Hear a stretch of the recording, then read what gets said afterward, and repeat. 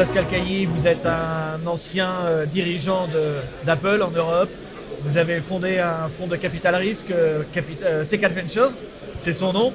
Et vous êtes également depuis peu ambassadeur des investisseurs étrangers. Alors, c'est quoi cette mission qui vous a été confiée par Emmanuel Macron? C'est en fait la mission qui a été confiée il y a plus d'un an et qui correspond en fait à un rôle d'ambassadeur et de président de Business France.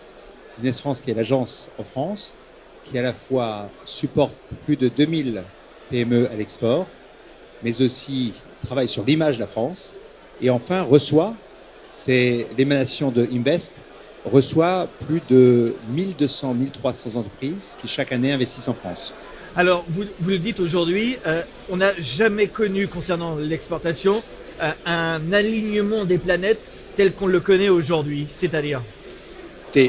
On peut même parler de ce que l'on a compris, c'est-à-dire qu'en gros, on a aujourd'hui une âme qui est nouvelle et différente sur tout ce qui est lié à l'attractivité et à l'export.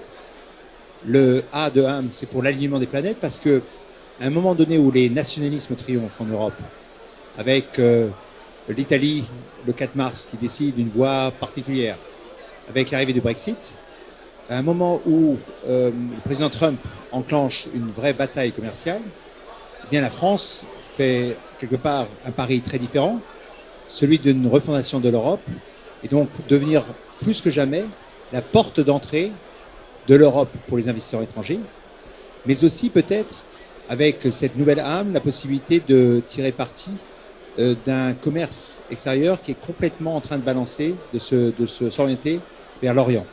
Et le M alors de âme? Alors le M, c'est un petit peu la mission que j'aimerais que nous tous, moi le premier, mais avec l'aide des CCEF, on puisse prendre en main. Mobiliser. Mobiliser d'abord un team France qui travaille en équipe. C'est le propos de la réforme que l'on mène chez Business France, avec sous la direction de Christophe Lecourtier, son directeur général, mais avec le concours d'Alain Bétéjac au CCEF, Arnaud Vessier chez les chambres de commerce et d'industrie internationale, ou Alain Goguet dans les chambres de commerce françaises. Et tous ensemble, on s'est mis autour de la table, avec aussi les services économiques des ambassades et le réseau diplomatique, pour se dire que maintenant, il fallait qu'on travaille de manière beaucoup plus unique, qu'on soit plus rationnel, et qu'on puisse présenter à l'égard des exportateurs français un discours et une méthode unie. Et je crois que jamais, au cours de ces 120 années d'existence des CCEF, on a eu un tel sentiment de vouloir travailler en équipe. Et on va terminer par le E de âme. Le E, c'est réellement... le E, c'est pas pour l'export, mais ça pourrait l'être. Le E, c'est pour évangéliser. Je crois que le rôle des CCE, ça doit être de pouvoir utiliser les outils qui sont aujourd'hui mis à disposition, notamment par Business France, pour aller défier les idées reçues.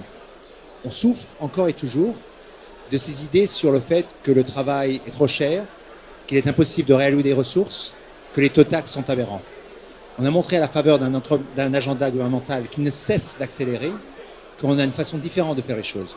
Donc il faut que les CCF utilisent les outils donnés par Business France et puis identifient aussi. Et l'évangélisation, c'est identifier tous ces dirigeants d'entreprises, soit filiales françaises à l'étranger, soit des grands groupes étrangers, pour qu'eux aussi bénéficient de cette information et continuent à apporter la bonne parole.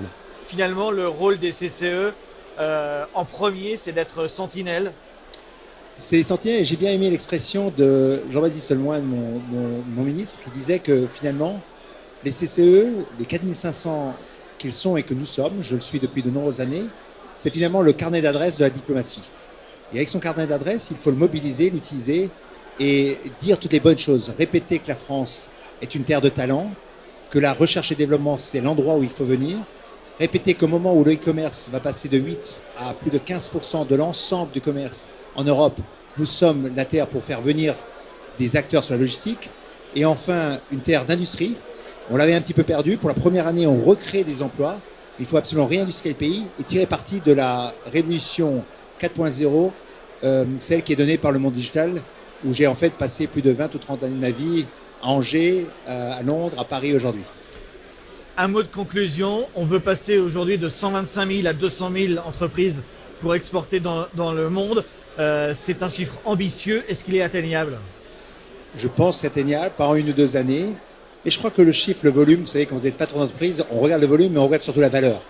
Et je crois que ce qui est plus important, c'est qu'on fasse en sorte que les gens qui exportent déjà exportent plus encore, avec une audace exportatrice beaucoup plus forte, et puis qu'on continue à former, éduquer, partager, pour que les primo-exploitants ne restent pas primo très longtemps, et que ça rentre dans l'ADN de chacune de ces sociétés. Donc le propos, c'est vraiment d'augmenter la valeur autant que le volume.